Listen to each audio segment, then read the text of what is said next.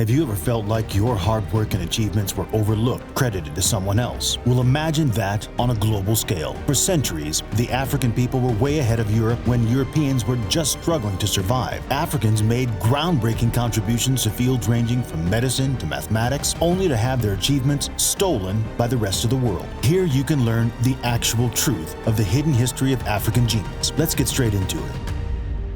Many European countries have historically taken credit for African achievements. This is a phenomenon called Eurocentrism. The idea is that Europe is the center of the world, and all other cultures and civilizations are measured against European standards. That's why many Europeans saw other cultures as inferior. This bias led them to downplay or completely ignore African achievements. During the colonial era, European powers controlled much of Africa, so they could shape historical narratives. Powers like Italy, France, Portugal, and Britain portrayed themselves as the civilizers of primitive African society. Besides, when a region loses a war, it often loses resources, territory, and political power. In 1870, the 10% of Africa that was under European control increased to almost 90% by 1914. During this period, only Ethiopia and Liberia managed to keep their independence. This led to the suppression of African history and culture. Many Africans were forced to adopt European languages, religions, and customs, further eroding their cultural heritage. Here are some African achievements in history that European colonizers took credit for. Number 1. Africa is the home to basic and advanced math. There are a ton of equations that begin with Pythagoras, and that's completely normal. But Pythagoras also had tutors, and before his tutors, people built their knowledge by interacting with others. And it was in Africa that Pythagoras learned math. Thousands of years ago, Africans were using numerals, algebra, and geometry in their daily life. But with the European invasion, the West quickly took what Africans already knew and started using it as their own. Africans were the first to use counting to keep track of their thing, and possibly even keep track of time. Around 35,000 BC, the Ishango tally stick was invented. This is a bone tool that was discovered at a fisherman's settlement and dates back to the Upper Paleolithic era. The Gebeta, also known as Mancala, is the oldest known counting board game that was discovered in Ethiopia. Geometrical thinking, for example, began in early African history. Hunters and gatherers from the Kalahari Desert were tracking animals by learning about the shape of their feces. These tracking skills allowed them to figure out when the animal passed, whether it was fed or hungry, etc. Number 2. Iron smelting and forging technology. The Hittites of Anatolia were commonly associated with the development of iron smelting. The Hittites were an ancient group of Indo-Europeans who moved into Asia Minor and created an empire at Hattusa, what is now modern-day Turkey. They're believed to have kept a monopoly on iron working, giving them a major tactical advantage. But according to archaeologists and many historical findings, iron smelting and forging technologies might have existed in West Africa among the Nok culture of Nigeria, even back in the 6th century BC. In the period between 1400 to 1600, iron technology seems to have played a key role in countless aspects of everyday life. Iron tools and weapons made hunting, warfare, and agriculture more efficient. In Nigeria, iron played a central role in the rise of many important kingdoms, such as the Yoruba, Benin, and Dahomey kingdoms. In fact, Africa, south of the Sahara, seems to be the home of an independent and separate invention of iron metallurgy. In sub-Saharan Africa, iron technology dates back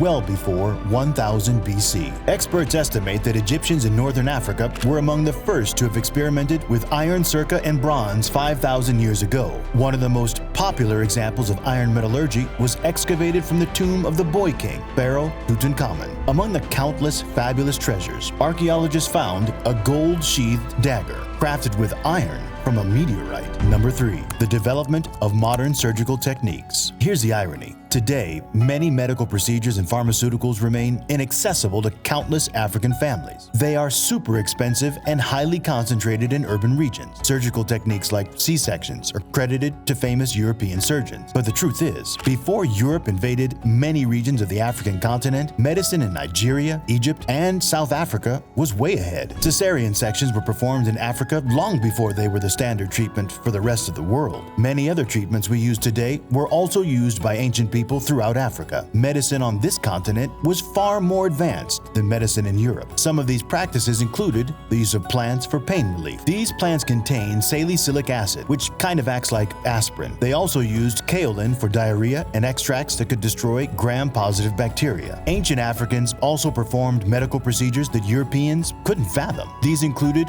autopsy, vaccinations, broken bone setting, limb traction, bullet removal, brain surgery, dental fillings, and more. Of course, these procedures are far more advanced and refurbished today, but their concept became well known in Africa before it emerged in Europe. Number 4. The invention of wind power technology. There's a huge debate over who spread wind power technology to Europe. Many people believe that the first windmills were invented by a Greek, Ctesibius, who lived from 285 to 222 BC. But more than 5,000 years ago, the ancient Egyptians were using wind to sail ships across the Nile River. The wind made it easier to maneuver vessels. Sails would capture the energy of the wind and pull the boat across the water. Merchants and crusaders later brought that wind technology to Europe. While the ancient Egyptians did use wind power for various purposes, they didn't invent windmills as we know them today. The first windmills that we have records of were developed in Persia, or modern-day Iran, sometime between 700 and 900 AD.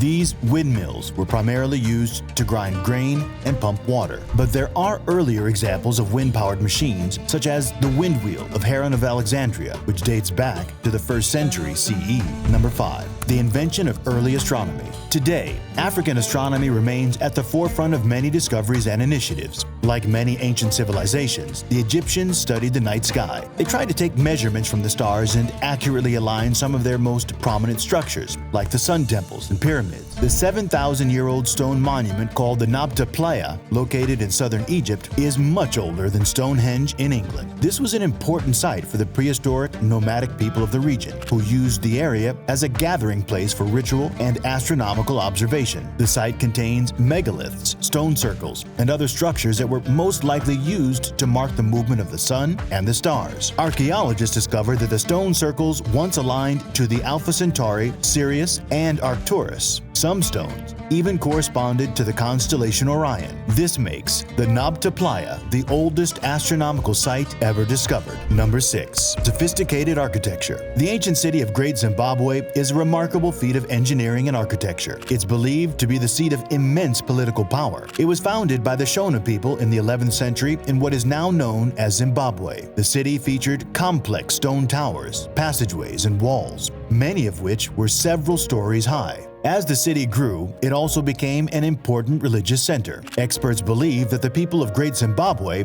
worshipped the supreme god Mwari in the Shona religion. At its peak, this ancient city was estimated to house between 10,000 to 20,000 people and served as a hub for trade and commerce. Other than the remarkable walls and buildings, some of the most astonishing architectural feats were the carved birds in soapstone. These sculptures are unique to the city and could still be seen in its ruins. These are known as the Zimbabwe birds and combine bird and human elements. Today, the birds are a national symbol. Despite its impressive scale and sophistication, for many years, Western historians and archaeologists dismissed the idea that Africans could have built such a complex structure. This was due in part to the prevailing racist attitudes of the time, which saw Africans as primitive and unrefined. The notion that Africans could have built such a complex civilization was seen as a threat to the current worldview. But in recent years, there has been growing evidence and acceptance of African cultures, including Great Zimbabwe. These advanced building techniques were indeed used by the Shona people and were meant to create a city that became home to a thriving economy. Number 7. The invention of unique sports and physical activities. Many people don't realize that well before sports like rugby, soccer, and basketball became popular, Africans had a fair share of sports and physical activities they practiced that bore a striking resemblance to modern-day sports. Takur al-Mahag is one such sport. This game, known as the Ball of the Pilgrim's Mother, it was played by the Berber tribesmen in a remote village in Libya. It used very similar goals and rules to baseball. Players hit the ball with a stick and run around the field. The game is played with two teams, and the objective is to score points by running around the bases before being tagged by an opposing team member. But there are some differences in terms of equipment and the size of the playing field. There's also Nguni, or stick fighting. This martial art is strongly rooted in the history of the Nguni herders. The fighters take turns playing defense and offense. With every part of the body they strike, they gain points. The stick fight can last up to 5 hours. This is a bloody sport and requires the opponents to have remarkable skill, discipline, and persistence. The Hausa of northern Nigeria practiced an ancient form of boxing known as Dambe boxing. This African combat sport is thought to date back centuries. Around the harvest, the Hausa butchers participated in Dambe fights as an ultimate test of bravery. The fighting was brutal. Fighters were to wrap their hands in rope to bolster their strength and impact. Before modern times, fighters wrapped glass into their rope to turn their hands into spears. Of course, not all sports in Africa are bloody. Some are downright hilarious, like donkey racing. Lamu, a town in Kenya, has a long history dating back over 700 years. In its prime, it was an important trading hub, and donkeys were a key form of transportation. In 2016, the government banned all cars and bikes into this old town to preserve the traditional culture. This means that the only way to get around the old town is by donkey. The town holds an annual cultural festival in November, which includes a donkey race and dhow, or sailboat racing. Africa is the cradle of our species. As a birthplace of humanity, this continent holds a unique and special place in our history and our world today. From the earliest days of our species, African achievements and inventions have helped shape the course of human progress. From the development of basic mathematics and astronomy to more advanced surgical procedures, Africa has made countless contributions to human civilization. While the West may have invaded Africa and taken credit for many of its achievements, the truth remains that the continent is the real origin of so much of what we take for granted today. Understanding the significance of African contributions to our world is crucial if we want to know our true history and appreciate the incredible diversity and richness of the human experience. So let's not forget the importance of Africa and its enduring legacy of innovation and ingenuity. Let us celebrate and honor the achievements of the continent and its people. Only by recognizing and valuing these contributions can we fully understand the actual scope of human achievement and potential.